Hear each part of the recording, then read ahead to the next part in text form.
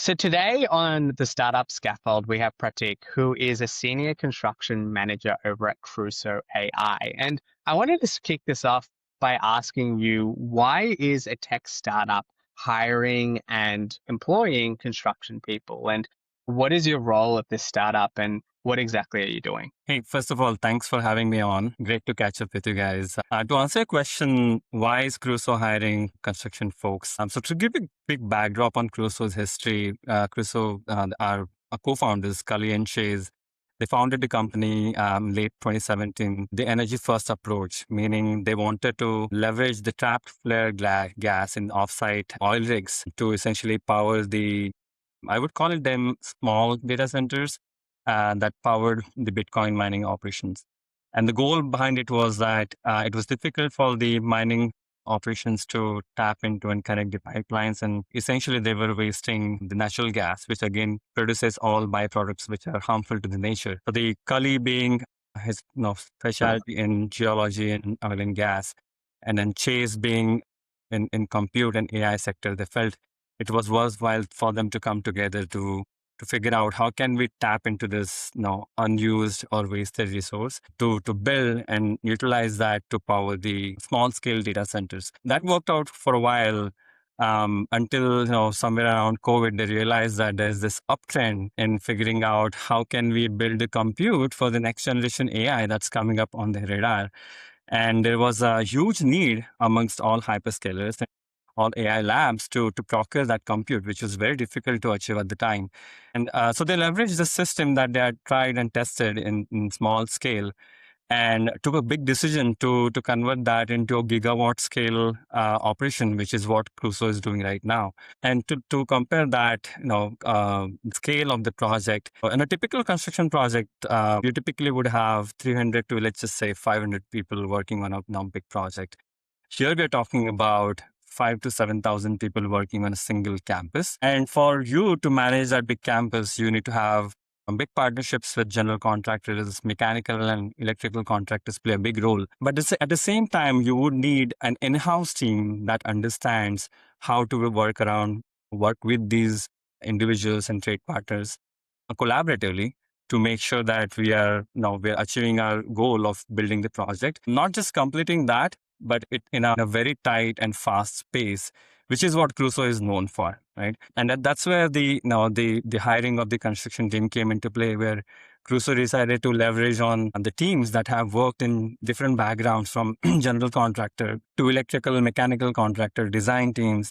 So we have not just CMs that work with Crusoe, but we also have an in-house real estate team, in-house design team, legal team, pre-construction, and then project controls team that essentially work as in-house construction team that can leverage these projects right from the conception to commissioning and then handing over the projects to either our outside partners, or next step that Crusoe is looking at is, how can we leverage that for our own use for Crusoe Cloud. So it's, essentially that kind of works out really well when you have a team that understands all aspects and then can cross collaborate with each other to build these projects from scratch and then take it to the completion line. What do you really find is the difference between your previous role, which was on the GC side, to what is now being on the owner side? What's really changed for you? The main difference, I would say, is being in the GC side, you were given targets and goals by your owner, right? So you were essentially required to comply with specific requirements and specifications and timelines. At owner side, that role reverses, right? You are the one who is going to set those expectations, and you need to take decisions that that will have downstream impacts, not just for your general contractor, but to second level and third tier subcontractors as well. So I mean, that's the main primary difference, that you are at the driving seat. You need to understand what is it that you're looking for and be able to make those decisions on your own, and to make sure that you're aligned with your company's goal of what needs to be achieved at the end of the project. Yeah. And how beneficial do you think it is to have this in-house experience? On projects I've worked on, the asset manager, either they'll have some kind of technical advisor on staff to kind of manage everyone else and be on their side of the team, if that makes sense. or they'll have like just a couple of people. They don't have the depth of experience and the size of team that you have. And for you, it's, it's always the same type of project. It's always a data center project. So are you seeing kind of real cost savings, real lessons learned from project to project due to the fact that you have such a big team in-house? Definitely. To give a context again, Crusoe is vertically integrated team. So essentially, we build our own power plants. We procure, manufacture some of the key components that are required for the data center that are either have very long lead time, and we found it was best to manufacture those in house. We have obviously our data center team that manages the actual build out of the data center, but at the same time we are also looking up, which is working with our cloud team. So when we are turning over the data centers, cloud team is where they are the receiver or the end user for us. So having that team in house kind of encourages everyone to work together. There's no direct line of communication. We can take risks that otherwise can be difficult when you have to coordinate with outside partners. Here we have teams within San Francisco, Denver offices, and we are able to set up. What's an example of that risk? Sorry, just to jump in. Like, what's an example of a risk that you wouldn't have taken previously, but you can now because you're all in-house? One example could be our manufacturing. As we started to manufacture switch gears or switchboards, we did not have to rely on outside vendors to ask them, "Hey, when are you going to give me my Mm, set of deliveries?" Now I can talk internally to my production team, kind of work with them hand in hand right from get go, and then set targets based on our project commitments, and have that quality check, have that rapport with them on a regular basis, and then have direct coordination with my contractor, where I can tell my contractor, "Hey, this is where you're going to get my your shipment," rather than waiting for my vendor to coordinate that and then rely on them mm. to provide me that information. Yeah. And are there specific frameworks or ways that you think about this is something that should be an external party? Either we want to push the risk downstream or we want someone else because we just don't have the demand to consistently have this in-house versus having this in-house. Like, how do you think about that strategic decision? Yeah, I think it will need to be catered around specific needs. One thing that comes to my mind is how critical is that component to our schedule slippage, right? Critical path is what kind of drives the construction, and how if a component is taking too long and will have substantial impact on the path, we will definitely take a look at that and see if we can essentially reshore that production in-house. Obviously, producing something in-house requires heavy capital investment and Mm, commitment. Luckily, with the pipeline that we have in our bucket, we can leverage based on our past record. We can leverage capital. We understand our projects coming up on the horizon, so we can commit to producing these products on a long-term scale. But that's, to me, that's a critical factor to understand which components would you really want to take it upon yourself and not rely on your outside partners. For example, one thing that comes to my mind is voltage switchgear. We noticed that the lead times were upwards of 80 weeks, mm, and Crusoe decided to manufacture that in-house and then cut it down to almost half, right? But again, as long as you can find the necessary skilled personnel to produce the product within the company, I think that will be the driver to decide what can be produced in house.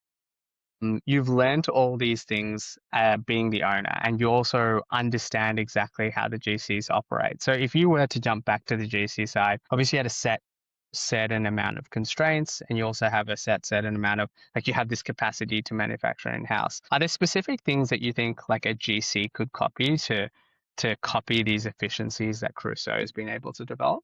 Yes, not in the same terms, but the GC can definitely apply it in their own work production. One example that comes to my mind is how can you expedite the fabrication, or how can you convert something that requires in on-site production to off-site manufacturing. One example that comes to my mind is hacks and the hot aisle containments. That we started off building those in completed data halls with a stick built assembly on our first project, but pretty soon we realized that this can be done offsite, which will Mm, which has many advantages. One, It reduces the cost. You are working in a controlled environment, so that it is definitely safer to build something offsite rather than bringing all the materials within the data hall and trying to assemble that within that setting. And then obviously it cuts down the time, right?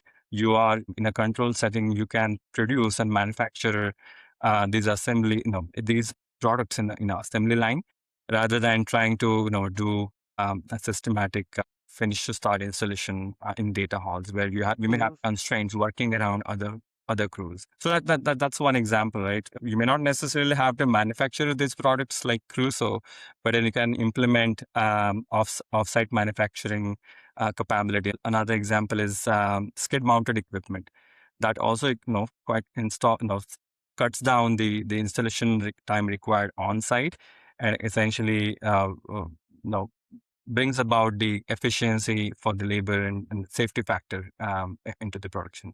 That's super interesting. And then I guess like how does Crusoe think about technology and innovation or applying technology to innovation or process improvement? Because there is so much more that is repeatable and consistent. Is there a specific innovation team or do they have specific ways in which they innovate or have the processes to innovate that you haven't seen kind of previously? Yeah, I mean, I would I would look at it in two folds. One is on our day-to-day needs. Obviously, so is we are proud of calling ourselves as a vertically integrated AI factory. So we encourage our teams to leverage AI tools. We have an in-house AI facilitation team that helps team to figure out what are the ways to to cut down any day-to-day activities and convert that or reduce the workflow by using AI tools rather than outsourcing that to an external vendor.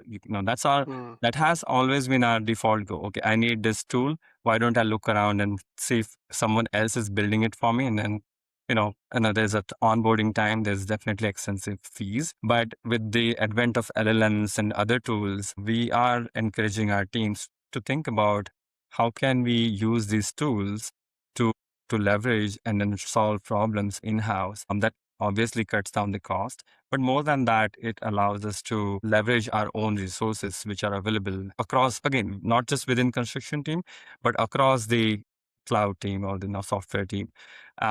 So that's one example. The other example that comes to my mind is on a strategic level, the integration of manufacturing into the construction, and again collaborating with cloud team kind of led to a program called Crusoe Spark, which in a nutshell is in the small modular data center where you would tap into a product. So essentially you will build out all the necessary components that are required for data center to power the compute. And then you kind of essentially fit that in a container style module, right? So it will have all the necessary mechanical, electrical, cooling components. It will have the assembly for space for chips to sit. And it will receive power and then it will produce the compute on a smaller scale, right? So to me, that's a big, it could be a big driver where, as we see that power is the constraint where you may not, with few years, you may not find big chunk of power due to the grid constraints or supply chain constraints. This could be a game changer for us to deploy small modular data centers, wherever there is, not gigawatt scale, but the megawatt scale power available. We can leverage those small chunks of power across the country by deploying this small modular data centers. Alice, do you have any questions? Otherwise, I'll keep going. No, keep going. I mean, I was going to ask Pratik if he would ever go back to the GC side because you had that question. Now that you're on the owner side, what are the things that you would tell? But I was like, I don't think I know of any friends who have made the transition like to the owner side and then back to the GC side. I don't know. At this point, I think the answer would be no. And part of the reason is, I started off as in GC, oil and gas, healthcare. My last project as GC was a historic renovation of a historic project called Hangar One, which is a Moffett Field right by Google's campus in Menlo Park. And one thing I noticed was it was a great experience. You have to learn from the grounds to understand the meats of the field that you're working on. But I felt like I was constrained within that construction project life cycle, right? So at GC, you would start at pre-construction level. You are given specific sets of requirements. You get into procurement, you get into pre-construction, and then you hand over once the commissioning is done. But there's more beyond that, right?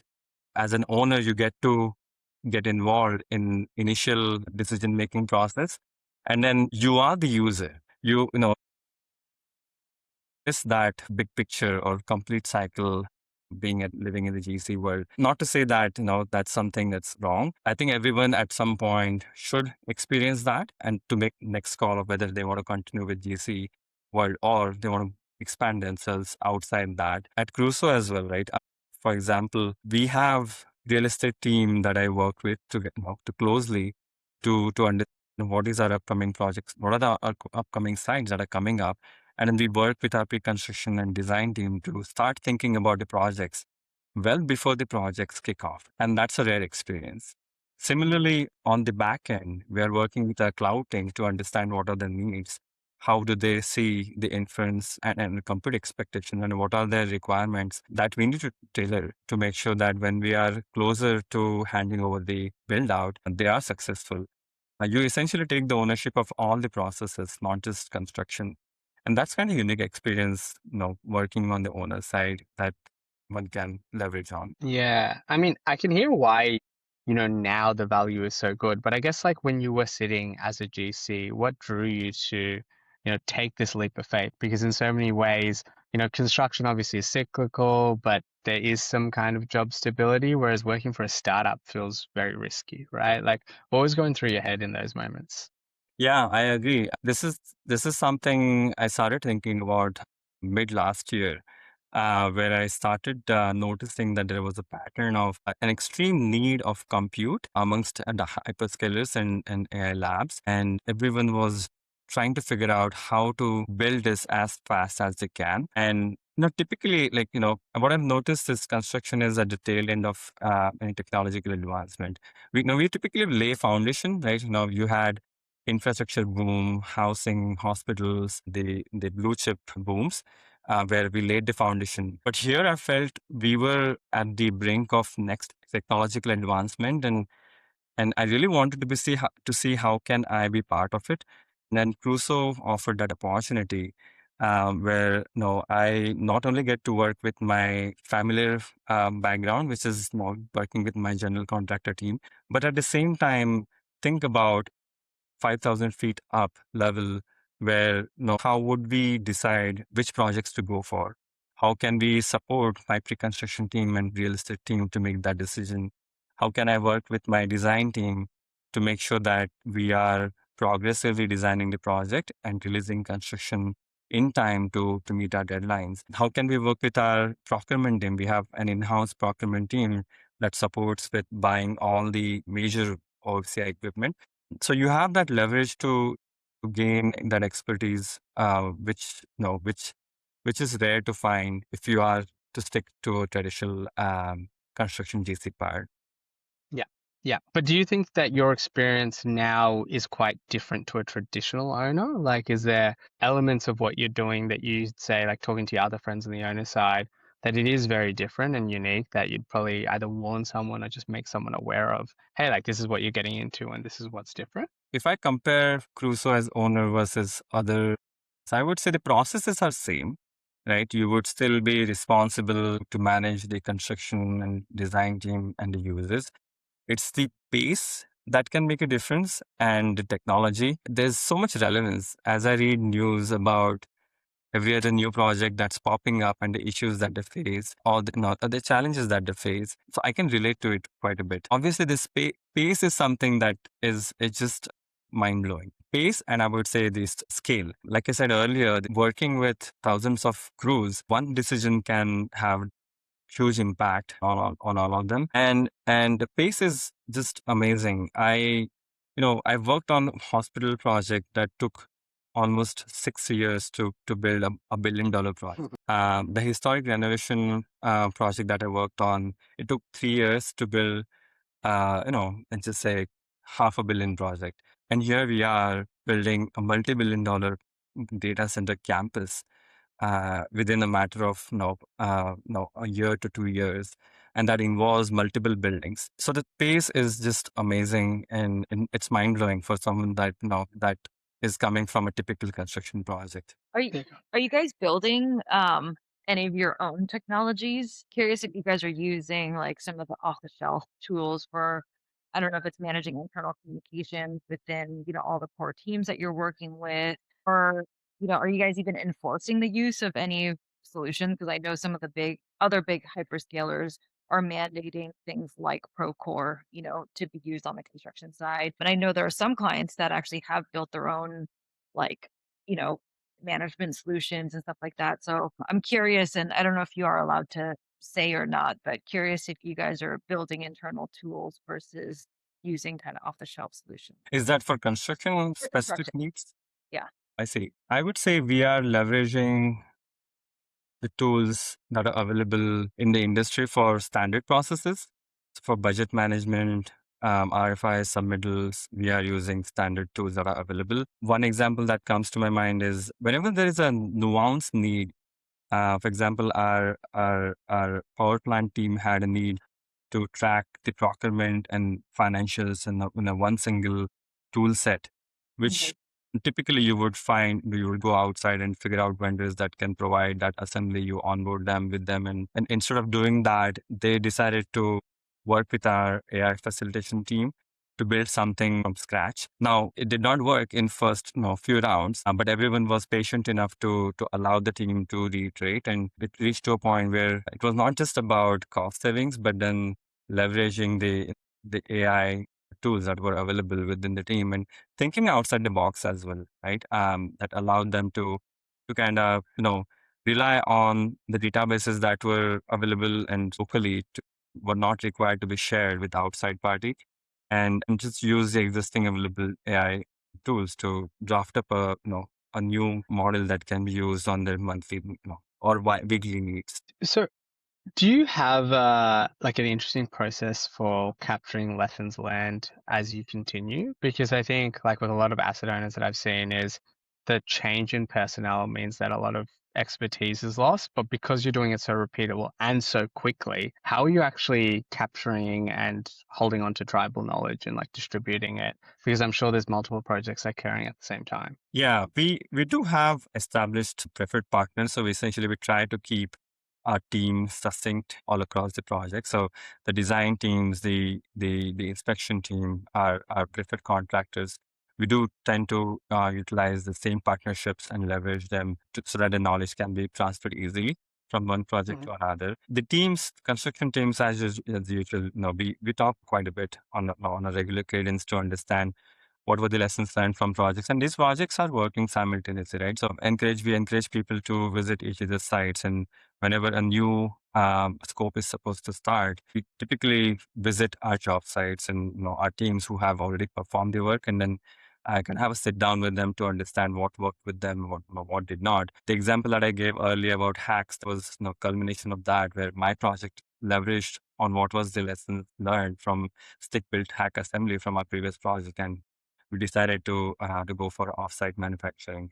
So yeah, I mean those are the kind of examples that I can give. Interesting. Are you piloting startup solutions? Are you allowed to say that? Or like, do you have a process for just say I'm a startup, I'm selling a particular solution for the data center segment or like adjacently to it? Do you have a process for trialing, adopting and scaling new solutions? And to depend on this product, our AI facilitation team does look at different products that can be helpful to improve the processes within the team. I would say, we are open to listen to any new, opportunities that may help the company in improving our processes, specific process as such, or the department to evaluate. No, we're still a startup, we're still a small company, but if you reach out to any relevant Crusoe team members and pitch an idea, as long as they have a right problem statement that relates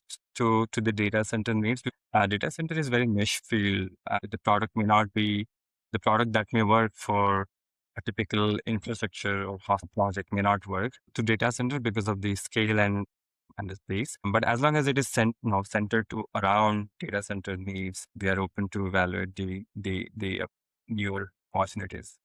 And I guess like at least on my end, a final question, like if you're talking to an engineer in construction, wants to work on the tech side, and obviously a construction role at a tech startup really feels like, a great way in, what would you be telling them of, this is what you should do to prepare, or this is what you should do to expect? Like, what would you tell a person who's wanting to make that pivot? Pivot in the AI space. Yeah, well, or pivot into kind of a similar role to yourself from the GC side or from the operation side. I would want someone to open up the possibility of ambiguity when they start. When it's again, if you are working for a traditional general contractor, typically they take a pride in conveying that you have a process for everything.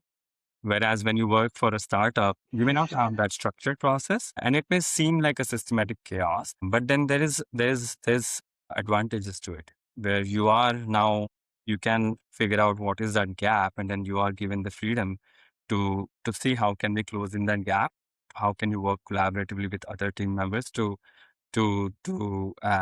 establish a process, and then you can try and test it out. Right? There's no the restrictions in trying out and making mistakes. Onboarding, can sometimes feel overwhelmed. We encourage everyone to set up one-on-one meetings, not just within construction team, but talk to our cloud teams, talk to our manufacturing teams. Like first few weeks, take your time to understand how's the structure, and what does everyone do within the whole environment, not just within your construction team. So I would say that's a major difference that you would find between working for joining a general contractor versus a startup like Crusoe. Other thing I would think about is be open to make mistakes and be prepared to pace up.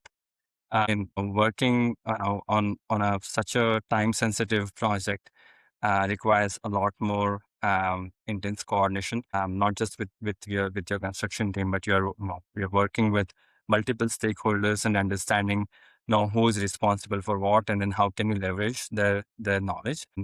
Crusoe has a value called tap into your collective geniuses. Right? You understand that we may not know everything, but we have experts from different fields that we can leverage to make sure that we are attaining what we are trying to achieve to get a project to the finish line. I worked at DPR, and I'm very open with the fact that one of the reasons why I left the construction industry was just, you don't have equity in the company that you work for, right? Even though DPR is a, employee owned company and you get phantom stock and all that, but the upside potential is not there, especially if you're someone who is surrounded by friends who work in tech or, at big tech companies or at, it's just like, you just think of, the blood, sweat, and tears that you put in these projects. A lot of the times contract people who work on construction sites are, the hardest working people that I know. They work many, many hours, probably the same or more hours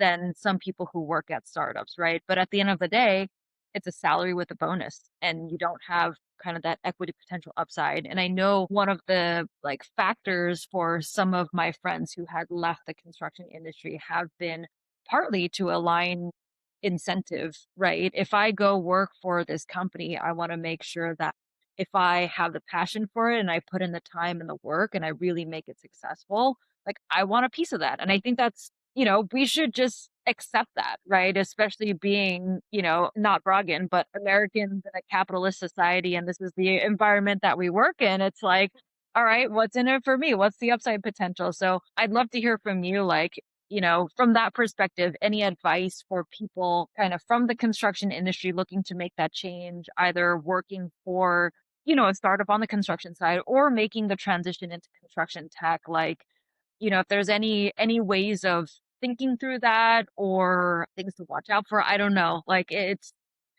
I'll leave it up to you on how you want to respond or maybe just agree. No, I mean, that's true. Typically, in a general contractor world, either the companies are family owned, or there are few handful employee owned companies. So yeah, that's the risk reward that you can find in construction tech. Obviously, that cannot be a sole motivator for you to join the company.